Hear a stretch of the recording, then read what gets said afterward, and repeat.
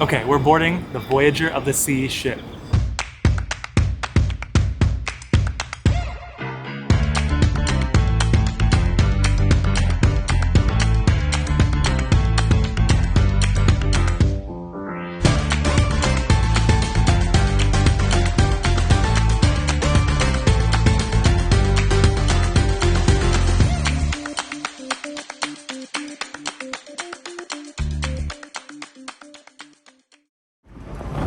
We're boarding our ship, yeah! A few months ago, we finally were able to go on a Royal Caribbean Scandinavian Cruise. We'd had it booked since 2020, but it kept getting canceled because of COVID. St. Petersburg ultimately also got cut from our itinerary, but we still got to go to 4 amazing countries.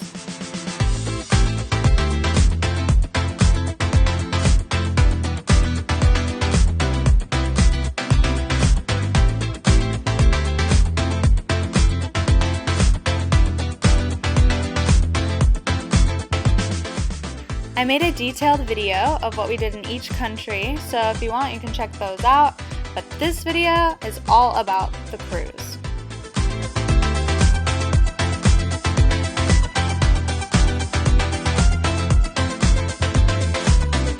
We're on the cruise ship! We're pretty excited because it's pretty empty, and we think it might be pretty empty because it's like the winter. So I just counted all the rooms that have these on them, which means the rooms that are occupied. There's only 8 in this entire hallway, so I think the ship's gonna be pretty empty. And this is the cheap section. Okay, here we go. First time seeing our room.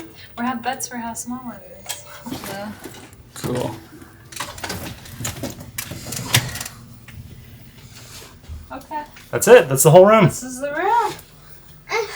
Always like, get me out. It has a little desk and a little couch.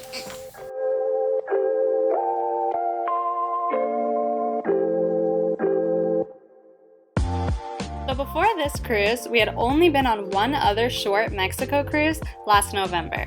So we definitely are not experienced cruisers, and therefore we didn't really know what to expect. We were really surprised though by how much there was to do on the ship, considering our ship was in the Voyager class, which is one of Royal Caribbean's smaller ships.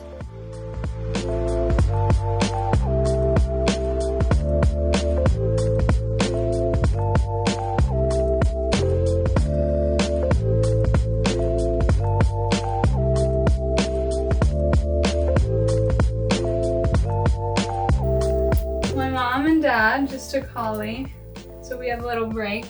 So I think we're gonna do all the things we wouldn't do without Holly, or wait, we wouldn't do with Holly. Ice skate and rock climb.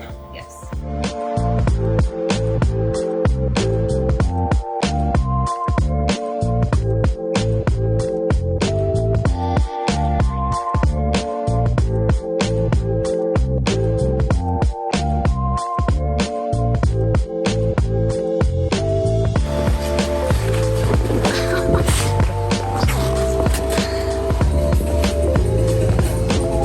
Into a spin, into a spin.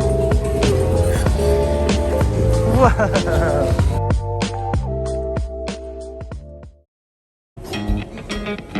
You excited to go swimming?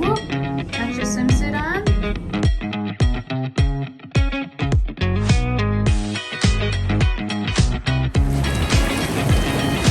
She's like, Holly.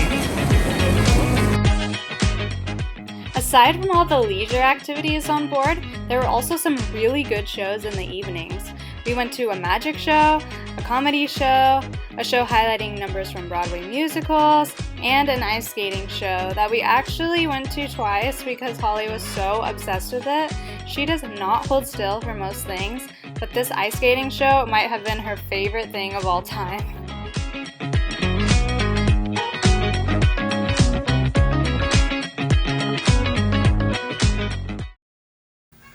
We're going to fancy night for dinner. Holly is crazy. All she wants to do is jump on the bed and watch TV. Huh, Holly?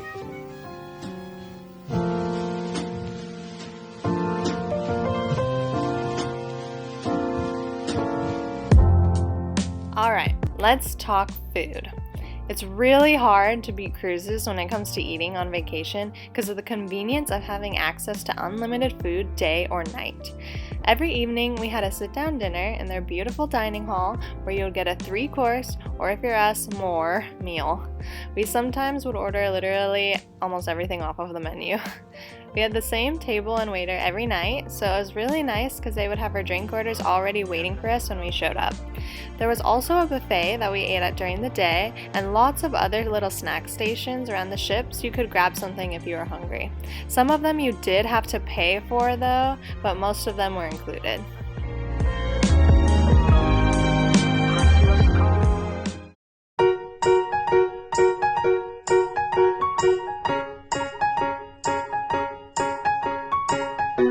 Okay, so now for the biggest question that you might have after all of this, how much did everything cost?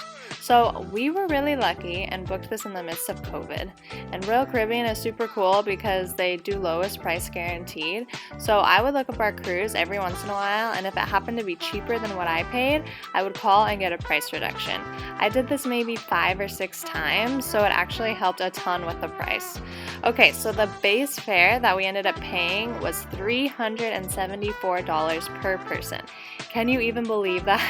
Now we also did have to pay port fees and taxes, and we added gratuities, so our grand total was just over $1,900. Divide that by 3 people and that put us at $639 per person. To us, that was an amazing deal.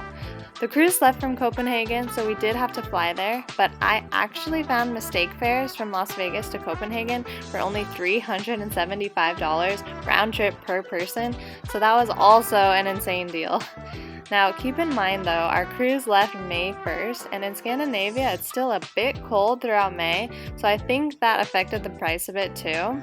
It would have really been nice to enjoy the ship in warmer weather, but to have the ship at less than 50% capacity and pay so little, it was definitely worth it to us, and we had the absolute best time, and I may or may not already be looking up cruises for next year.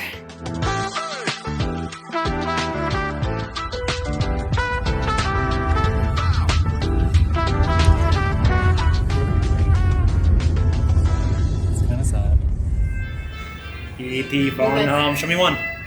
E.T. phone home. There you go. She did good. Did good, Holly.